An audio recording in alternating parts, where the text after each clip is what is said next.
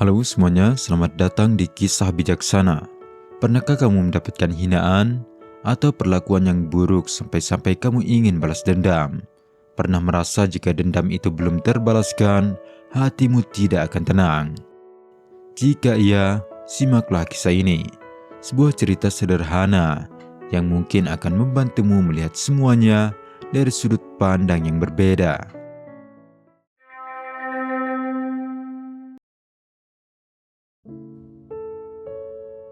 Suatu ketika di sebuah kota kecil di Eropa Tengah, hiduplah seorang tukang kayu bernama Johan. Ia bukanlah orang terkenal. Ia hanya dikenal sebagai pekerja keras yang hidup tenang dari hasil tangannya sendiri.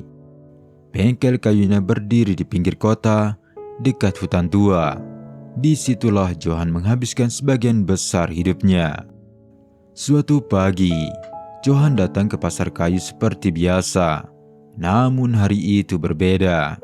Di hadapan banyak orang, seorang pedagang besar bernama Markus menuduh Johan secara terbuka. Ia menuduh Johan mencuri pelanggan, menjual kayu dengan cara tidak jujur, dan merusak harga pasar. Tuduhan itu keras, disampaikan dengan nada merendahkan, sampai ia mengungkapkan bahwa Johan membangun usahanya dari hutang yang belum dilunasi. Padahal faktanya Johan tidak pernah terlambat membayar tagihan hutangnya setiap bulan. Johan mencoba menjelaskan, namun Markus tidak memberi kesempatan. Orang-orang mulai berbisik, beberapa menatap Johan dengan ragu. Saat itulah Johan memilih pergi, bukan karena ia kalah, tapi karena ia menahan amarahnya. Sepanjang perjalanan pulang, kata-kata Markus terus terngiang. Semakin lama, semakin menusuk. Harga dirinya terasa diinjak, kerja kerasnya terasa tidak dihargai.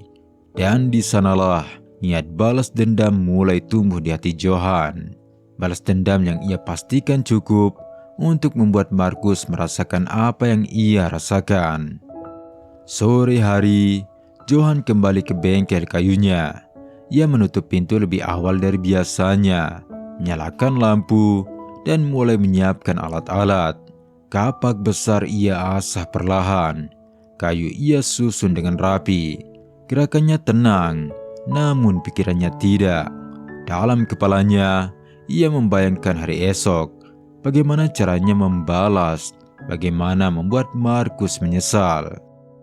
Malam itu, Johan meninggalkan bengkel dengan hati yang gelap oleh amarah. Di tengah malam saat bengkel kosong dan sunyi, seekor ular berbisa keluar dari hutan. Ia lapar dan mencari tempat yang lebih hangat. Melalui celah kecil di bawah pintu, ular itu masuk ke bengkel. Ia melata di lantai kayu, mencari mangsa, namun tidak menemukan apapun. Hingga tubuhnya menyenggol sesuatu yang keras dan dingin. Itu adalah kapak yang tadi sore Johan asah. Sedikit luka terjadi, tidak parah, namun cukup membuat ular itu merasa diserang. Merasa harus melindungi diri, alih-alih menjauh, ular itu menyerang. Ia menggigit bilah kapak, namun kapak itu tak bergeming, tidak terjadi apa-apa. Ular itu kemudian melilit kapak itu, berusaha melumpuhkan benda yang ia rasa sebagai ancaman. Tanpa sadar, setiap gerakannya justru melukai dirinya sendiri. Malam terus berjalan, dan semakin ular itu berusaha melawan kapak itu semakin banyak melukai tubuhnya. Sementara itu, Johan tertidur di rumahnya. Ia tidak tahu apa yang terjadi di bengkelnya. Ia hanya tahu satu hal. Besok pagi, ia berniat menjalankan rencana balas dendam. Pagi pun kini tiba. Udara kota terasa dingin dan tenang. Johan berjalan menuju bengkelnya dengan langkah pasti. Hari ini, ia merasa siap. Amarah yang ia pendam sejak kemarin belum juga hilang. Justru kini terasa semakin jelas. Di dalam pikirannya, rencana yang ia susun sudah matang. Ia yakin apa yang akan ia lakukan adalah balasan yang pantas. Johan membuka pintu bengkel. Sinar matahari pagi masuk ke dalam ruangan yang sunyi. Bau kayu dan besi menyambutnya seperti biasa.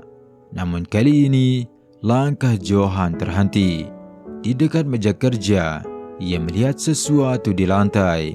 Seekor ular besar, tubuhnya terlilit erat pada bilah kapak. Ular itu masih hidup, tapi hampir tidak bergerak. Dan yang paling membingungkan, ular itu masih mencoba menyerang kapak itu. Nafas ular itu sudah pendek, tubuhnya penuh luka. Kapak itu sendiri tetap utuh, berdiri diam, seolah tidak pernah terjadi apa-apa. Melihat kejadian itu, Johan berdiri lama menatap pemandangan itu. Ia tidak panik, tidak juga jijik. Ia hanya terdiam. Perlahan pikirannya mulai menghubungkan semuanya. Ular itu tidak diserang, tidak dikejar, tidak dipaksa. Ia terluka karena memilih untuk balas dendam. Dan disitulah Johan merasa seperti sedang melihat cerminan dirinya sendiri. Seperti ular itu, Johan juga terluka oleh satu kejadian kecil, satu hinaan, satu tuduhan. Dan seperti ular itu, reaksinya adalah kemarahan, keinginan untuk menyerang, keinginan untuk membalas. Dan jika ia meluapkan amarahnya dengan balas dendam, bisa jadi yang akan menderita juga dirinya sendiri, seperti ular itu. Johan menghela nafas panjang. Ia mengambil kapak itu, melepaskan lilitan ular dengan hati-hati. Ular itu tidak lagi melawan. Beberapa saat kemudian, ular itu kini mati. Johan berdiri kembali. Ia menatap alat-alat yang semalam ia siapkan. Kapak, kayu, rencana yang matang. Semuanya masih ada, tapi kini niatnya yang sudah berubah. Hari itu Johan tidak jadi menjalankan rencananya. Ia membersihkan bengkelnya, menyimpan kembali alat-alatnya. Ia memilih pergi keluar bengkel, menghirup udara pagi, dan berjalan menjauh. Bukan karena ia takut, tapi karena ia tersadar. Balas dendam sama saja dengan menggali kuburannya sendiri. Balas dendam akan melukai bukan hanya musuh, tapi juga dirinya sendiri. Teman-teman, semoga kisah ini bisa menjadi pengingat sebelum kita memutuskan untuk balas dendam. Sebab jika akhirnya keputusan balas dendam tetap kita ambil, pada akhirnya yang paling terluka bukanlah lawan kita, melainkan diri kita sendiri. Sekian kisah kali ini.